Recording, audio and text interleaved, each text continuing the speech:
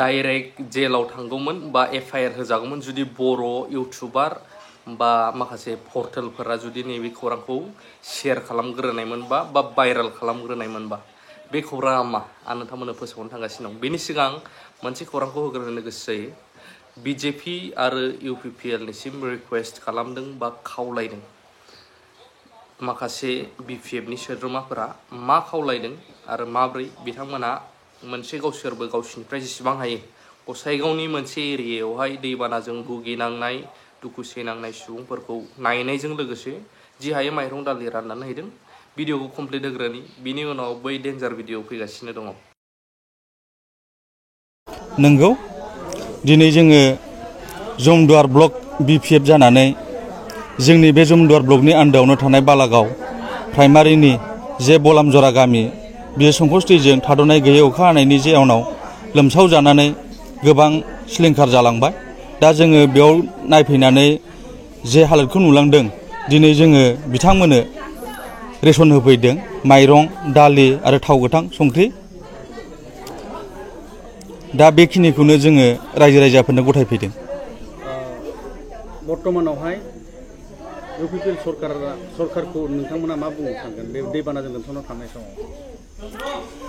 जोङो सरकार दानि सोलिबाय थानाय जे बिजेपि इउपिपिएल सरकार बिथांमोनखौ खावलायो जे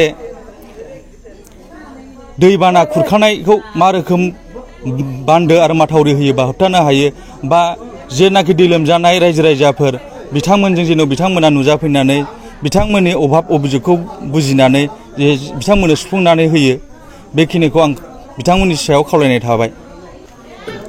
दिनै बे बलामजरा गामियाव जे थांलाय फैलायनि राहा लामा दङमोन बे लामायाबो दिनै बायस'लांजोब्बाय गायफ्लंलांजोब्बाय।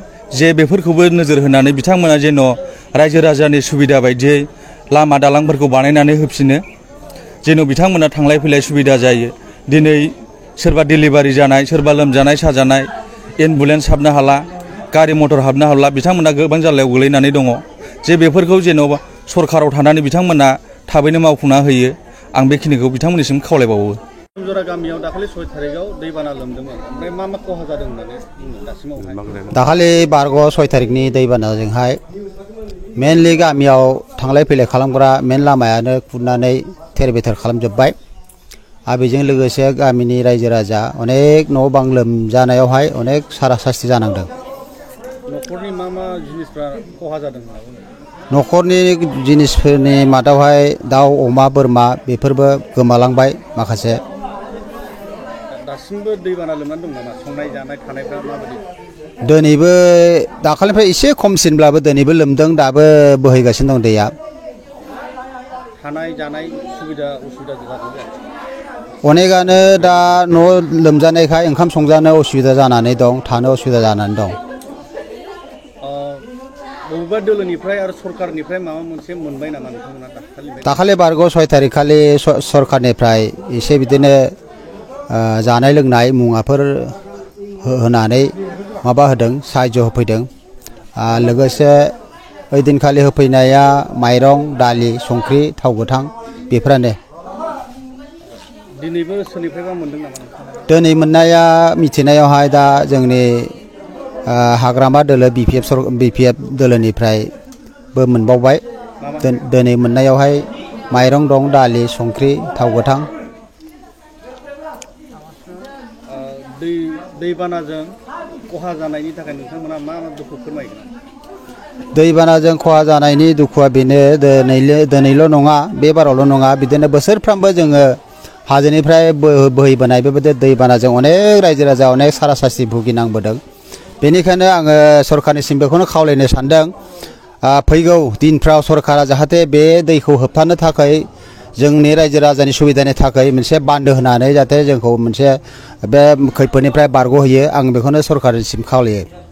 दिनै जे बिपिएफ दोलोआ नोंथांमोननो माखासे जाग्रा मुवा होफैदों बेनि थाखाय बिथांमोनखौ माबा मोनसे साबायखर होगोन नामा? बिपिएफ सरकारा रायजो राजाखौ अननानै रायजो राजानि दुखुखौ नुनानै जेनाखि जानाय मुवाफोरजों अनसुंथाइ होफैदों बेनि थाखाय आङो बलामजरा रायजो राजा हया जानानै गोसो गोरबोनिफ्राय बिथांमोननिसिम जोबनो गैयै आङो साबायखरखौ बावबाय। थारैनो नोंथांमोनहा भिडिअखौ नुनो मोनबाय।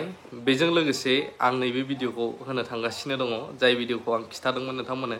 ओरैबायदि दामदों प्रतिदिन टाइमावहाय आसामाव बा आसामिस निउसावहाय। दा बे निउस जोबखांनायनि उनाव आं मोनसे लेटारबो होगासिनो दं नोंथांमोननो। हातत আলাদিনৰ চাকি থকা এগৰাকী মহিলাৰ কাহিনী। নাম আলমা বসুমতাৰী। চিনাকি ওদালগুৰিৰ বৰলা ভিচিডিচিৰ অধ্যক্ষ এখেত। শেহতীয়াকৈ প্ৰধানমন্ত্ৰীৰ আৱাস যোজনাৰ কেলেংকাৰীত নাম সাঙুৰ খাইছে এইগৰাকী ভিচিডিচিৰ অধ্যক্ষৰ। সেই বাতৰি সবিস্তাৰে প্ৰতিদিন টাইমত সম্প্ৰচাৰ হোৱাৰ পিছত হিতাধিকাৰীক প্ৰলোভন দি প্ৰতিদিন টাইমৰ বিৰুদ্ধে ষড়যন্ত্ৰত নামিছিল ভিচিডিচিৰ অধ্যক্ষগৰাকী। মোৰ নামটো ল'লে চেয়াৰমেন বাইদেউ পইচাটো লোৱা নাই, এইটো ক'লে হ'ল।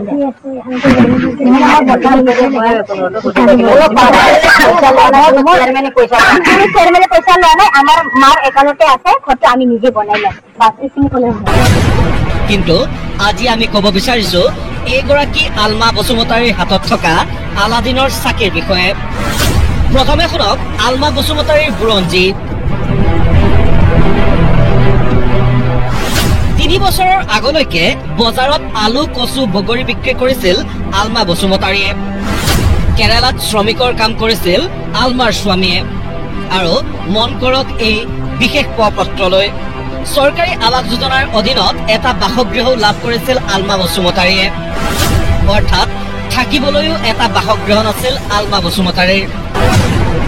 কিন্তু ইউপিপিএলে বিটিআৰ দখল কৰাৰ পিছতে বৰলা ভিচিডিচিৰ অধ্যক্ষ নিযুক্ত হৈছিল আলমা বসুমতাৰী। তাৰ পিছতেই যেন আলাদিনৰ চাকি লাভ কৰিছিল আলমাই। 3 বছৰৰ ভিতৰতে বিলাসী টয়োটা ফৰচুনাৰৰ গৰাকী হ'ল এইগৰাকী ভিচিডিচিৰ অধ্যক্ষ। যদি বিশ্বাস হোৱা নাই, আলমা বসুমতাৰীৰ নামত থকা এই বাহনৰ পঞ্জীয়ন পত্ৰ চালেই সকলো স্পষ্ট হ'ব আপোনাৰ। গতিকে দুখীয়াৰ পেটত গুৰ সোধাই চৰকাৰী আঁচনিৰ ধন হৰলুকি কৰিয়েই যে আলমা বসুমতাৰীৰ এই ইলাহী কাৰবাৰ, সেয়া নকলেও নিশ্চয় বুজিব পাৰি। दा नोंथांमोना खोनानो मोनबाय, गोबाङा मिथियो मोनसे समावहाय सोरबा गोबां बायदि दावराव खालामदोंमोन। मानगोनां गेदेरमा अमला बसुमतारी बा मिसेस अमला बसुमतारी मेडामा जे चेयारमेनमोन, उदालगुरि जिल्लानि इउपिपिएलनि प्रेसिडेन्ट आरो सेक्रेटारिनो मोनसे रिजिगनेसन लेटार बिथाङा लिरनानै गथायनाय बा साबमिट होनायखौबो जों मैया पर्टेलफोराव नुनो मोन्दों। आं साइडआव देखायनानै होगोन। दा खौराङाव खोनाखाबाय नोंथांमोना, एसामिसबाबो रायलायनो रोङाबाबो गोबाङा बुजिखायो। दा बेवहाय फोरमायदों एसामिसाव ओरैबायदि थाव जेब्ला चेयारमेन जायाखैमोन बिनि सिगां जेबो गैयामोन, आलु बायदिसिना फानोमोन, हौवाया अबेबा थायोमोन, बेफोरबायदि बाय'डाटा दिहुनलायनानै निउस होदों बै एसामिस निउसआ। आरो 3 बोसोरनि इउपिपिएल सरकार फैनाय लोगो लोगो बिथांजोआ फर्चुनार बायबाय, जाय फर्चुनारनि दामा टप मडेला दायो 55 to 60 lakhs थाङो, 55-60 लाख टप मडेला। थ' बेखौ शक जानाय बायदि निउसावहाय ओरैबायदि एग्लुंनानै दामनानै होदों। बेसेबां सैथो नोंथांमोना बिजिरनानै कमेन्ट होनो हागोन। गुबुन निउसनिफ्राय जों बेखौ कालेक्ट खालामनानै मोननो हाबाय। बर' निउसफ्राव गोबाङाव दामाखै दाबो, बा दामनायबो नङा दां, मानो बेखौबो कमेन्ट होनो हागोन। थेंक इउ भेरि माच फर वाचिं, लाभ इउ।